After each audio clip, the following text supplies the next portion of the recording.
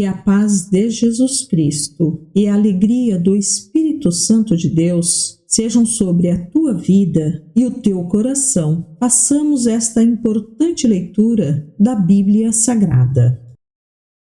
Bíblia Sagrada, Livro de Atos, capítulo 12. Por essa época, o rei Herodes Agripa começou a perseguir violentamente algumas pessoas da igreja. Mandou matar à espada Tiago, irmão de João. Quando Herodes viu quanto isso agradava aos judeus, também prendeu Pedro durante a celebração da festa dos pães sem fermento. Depois, lançou-o na cadeia, sob a guarda de 4 escoltas, cada uma com 4 soldados. A intenção de Herodes era apresentar Pedro aos judeus para julgamento público depois da Páscoa. Enquanto Pedro estava no cárcere, a igreja orava fervorosamente a Deus por ele. Na noite antes de Pedro ser levado a julgamento, ele dormia, preso com 2 correntes entre 2 soldados. E outros montavam guarda na porta da prisão. De repente, uma luz intensa brilhou na cela. E um anjo do Senhor apareceu, tocou no lado de Pedro para acordá-lo e disse: "Depressa, levante-se." E as correntes caíram dos pulsos de Pedro. Então o anjo lhe disse: "Vista-se e calce as sandálias." E Pedro obedeceu. "Agora vista a capa e siga-me", ordenou o anjo. Pedro deixou a cela seguindo o anjo o tempo todo, porém pensava que era uma visão, sem entender que era real o que ocorria. Passaram o primeiro e o segundo postos de guarda e, quando chegaram ao portão de ferro que dava para a cidade, o portão se abriu sozinho para eles. Os 2 passaram e foram caminhando ao longo da rua até que, subitamente, o anjo o deixou. Por fim, Pedro caiu em si. "É verdade mesmo", disse ele. "O Senhor enviou seu anjo para me salvar daquilo que Herodes e os judeus planejavam me fazer." Quando Pedro se deu conta disso, foi à casa de Maria, mãe de João Marcos, onde muitos estavam reunidos para orar. Ele bateu à porta da frente e uma serva chamada Rode foi atender.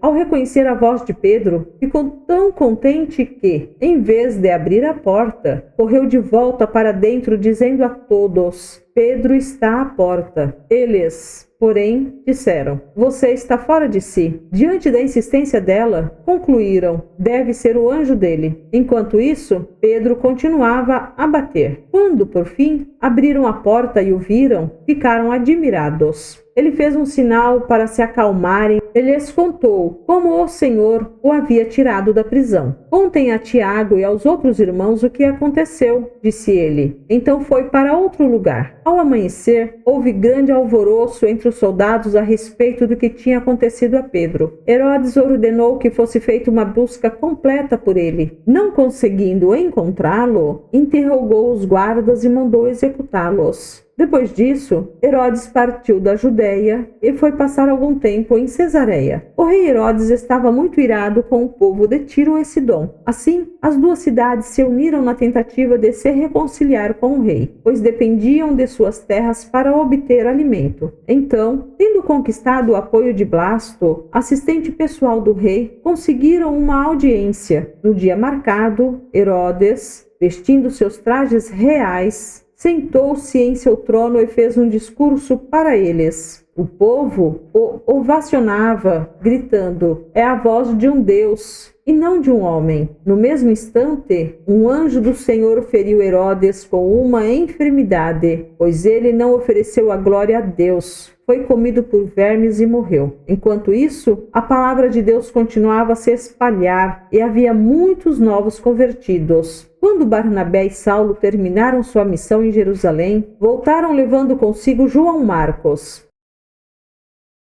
Verdadeiramente é uma bênção estarmos ouvindo a palavra de Deus. Que o Senhor Deus te abençoe. Prossigamos para o alvo que é Jesus Cristo. Amém.